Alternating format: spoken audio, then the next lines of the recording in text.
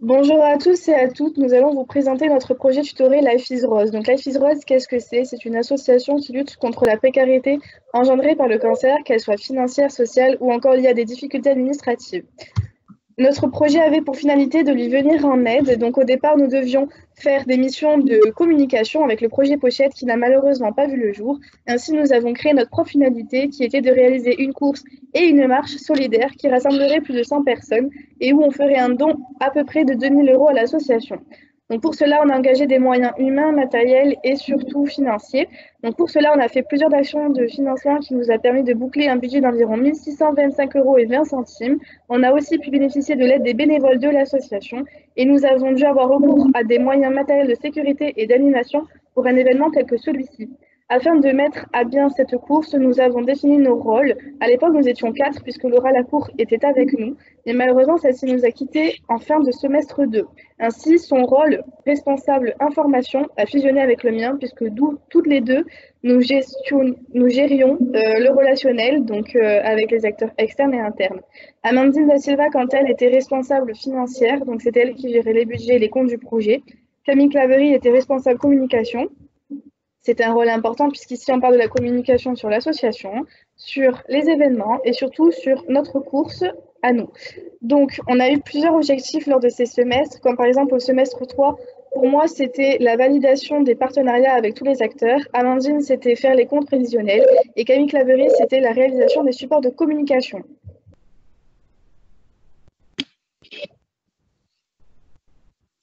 Bonjour à tous. Dès l'attribution de notre projet, nous avons commencé à planifier grâce à l'outil Gantt toutes les actions de financement que nous souhaitions réaliser dans le but de débuter notre récolte de fonds. Nous avons organisé beaucoup d'actions demandant plus ou moins de temps et de réflexion, de la traditionnelle vente de gâteaux, création d'une tombola, présence sur le marché, loterie, jusqu'à la création de notre propre tote bag. Lorsque nous avons avancé dans notre projet de course, nous avons réalisé que celle-ci allait engager bon nombre de coûts. La pression qui en découlait était bénéfique puisqu'elle nous motivait énormément lors de nos mobilisations. Mais comme on peut souvent le penser, il n'y a pas que les actions de financement dans un projet. Enfin, nous, Amandine, Emma et moi-même, nous avons choisi de vivre en profondeur cette mobilisation en nous plongeant non pas dans la peau d'étudiante, mais dans la peau de bénévoles et porte-parole de l'association lors de nos actions. Notre toute première action fut d'ailleurs une action de soutien à l'association à l'occasion d'un vide dressing qui s'est déroulé le 17 mars au ministère de Bayonne. Nous avons pu organiser donc cet événement en prenant contact avec le MINI en amont pour l'organisation de la salle jusqu'au jour J pour l'organisation de la vente des vêtements, etc. Tout comme le vide dressing, nous avons pu apporter notre aide lors du beach rugby cet été et lors de la quête à l'église Saint-André. Nous avons eu l'opportunité de débuter notre projet par une commission sociale, ce qui nous a permis de découvrir l'association en profondeur et de participer à son fonctionnement. Enfin, la communication sur notre projet étant un point essentiel, nous avons fait le choix de créer un compte Instagram. Nous postions très régulièrement des photos ainsi que des stories afin de le rendre le plus dynamique possible. Nous avons également créé un support papier, un flyer, nous décrivant et décrivant l'ensemble de nos actions. Pour mener à bien ce projet, nous avons eu plusieurs acteurs qui nous ont aidés à pallier les risques et les problèmes qu'on a pu rencontrer, comme par exemple le fait de n'avoir aucun partenariat pour les ravitaillements. Cependant, les ravitaillements, c'est quelque chose de très important sur une course de cette ampleur. Donc, nous avions pris en compte ce risque en agrandissant notre budget grâce aux dons de la SAS Jean Gaultier et de la Tech Service. Finalement, nous avons Carrefour BAB2 qui nous a aidés et justement qui est devenu notre partenaire, ce qui nous a permis d'avoir les ravitaillements financés intégralement par Carrefour. Au niveau du changement de la date de la course, c'était un risque faible et pourtant qui s'est avéré puisqu'à la base c'était le 5 avril, mais on l'a décalé d'un mois au 1er mars, ce qui nous a forcé à s'adapter. On a pris ce choix-là parce que le 5 avril, c'était une date où il y avait de nombreuses courses concurrentes et qui étaient plus connues que la nôtre, étant donné que c'était une première édition. Au niveau de la difficulté du traçage de circuit que nous avons rencontré, nous avons passé plusieurs jeudis après-midi à essayer de créer un circuit qui était attractif et surtout à la longueur que l'on avait prévue. Cependant, on a eu besoin de l'aide de Patrice Castagnier et Mathias qui viennent du milieu de la course pour le finaliser. Au niveau du manque de signaleurs, on parle ici de quelque chose de très important puisque c'est la sécurité de la course. Il nous en fallait 20 et nous n'avions pas encore le nombre nécessaire. C'est pour ça que les bénévoles de l'association, avec leurs proches, nous ont permis de l'atteindre. Au niveau du désistement des food trucks, c'était quelque chose qui n'était pas très important en soi, puisqu'on parle surtout d'animation. Finalement, quand les deux se sont désistés, nous avons recherché beaucoup de food trucks. Ceux-ci n'étaient pas disponibles puisque c'était un dimanche en période de vacances scolaires. On a finalement fait le choix de acheter nous-mêmes la nourriture et finalement, ça nous a été bénéfique puisque ça a grandi le don pour l'association. Au niveau de la question du matériel de sonorisation, on était sur 1 000 € pour des enceintes. Or, nous n'avions pas ce budget-là. Et c'est là où Mathias est intervenu pour nous aider. Et bien sûr, ce chèque n'a pas été utilisé. La météo, c'était un risque très fort et pourtant imprévisible. C'est pour ça que lors de la dernière semaine de préparatifs, quand nous avons vu qu'il était prévu de la pluie pour ce dimanche-là, nous avons prévu de décaler le départ de la course au niveau de la salle Omnisport, donc à quelques mètres du fronton qui était le point de départ. Ici, vous pouvez voir d'autres acteurs qui ont été très importants, comme Foulée, qui était notre partenaire pour les goodies, donc les tours de cou qu'on offrait aux coureurs. La mairie de Laons, qui était donc la mairie qui nous a permis de réaliser cette course au sein de sa commune, mais aussi pour les démarches administratives, le comité des fêtes de Laons pour tout ce qui était relatif à l'animation, la Croix-Rouge qui assurait la sécurité de la course, donc c'était très important, la brasserie du Pays Basque qui était notre fournisseur de bière, et les autres entreprises externes regroupent toutes les personnes qui nous ont aidés à créer de la tombola et aussi les lots pour les gagnants. En ce qui concerne le point de vue financier, donc nous avons décidé de nous concentrer sur le budget prévisionnel du S3 et le budget réel du S4. Donc, comme vous pourrez le voir sur les deux tableaux, donc nous allons analyser les écarts. Donc, au niveau des dépenses, nous avions prévu 1 375,12 €. Pour le réel, c'est donc élevé à 1 625,20. Donc, cet écart de 250,08 correspond tout simplement aux frais que nous avons eus avec la Croix-Rouge, aux frais de transport supplémentaires que nous avons eus avec Foulée, ainsi que les frais de PBO. En ce qui concerne les recettes, donc nous avions prévu au Ouest 3 de 1 357,26.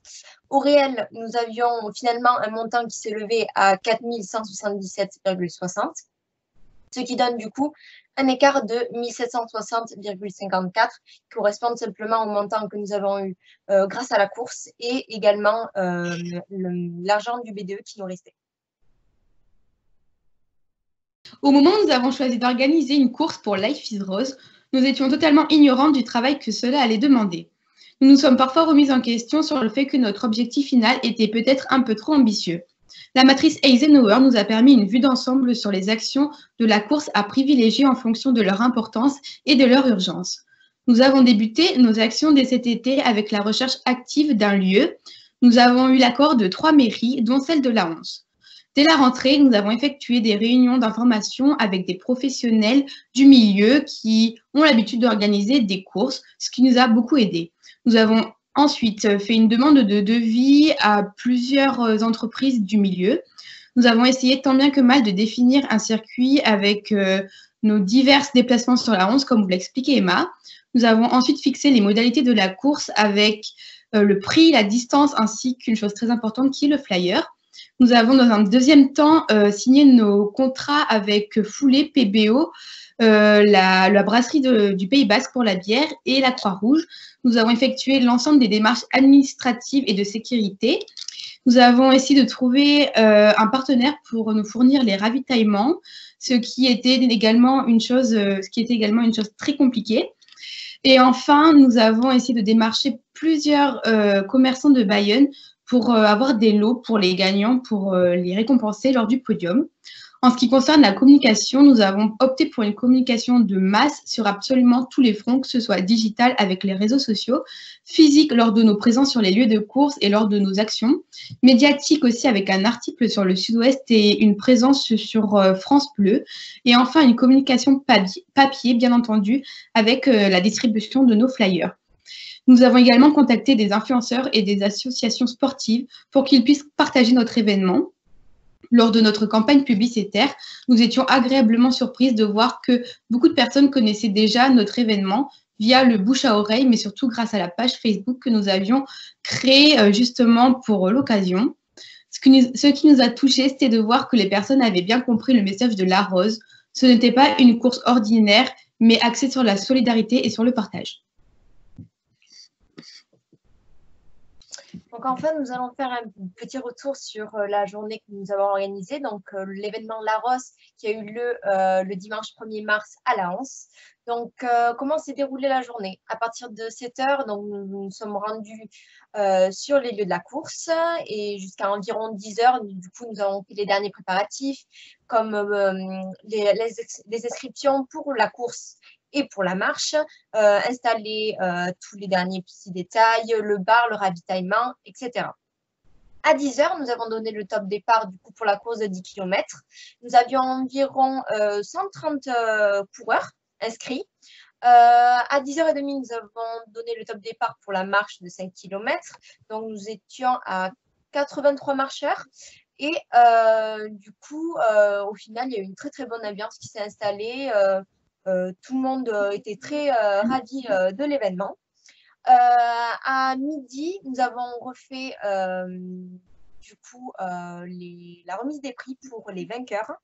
Donc, en leur distribuant les petits lots que nous avions concoctés grâce aux lots que nous avions récoltés des différents commerçants.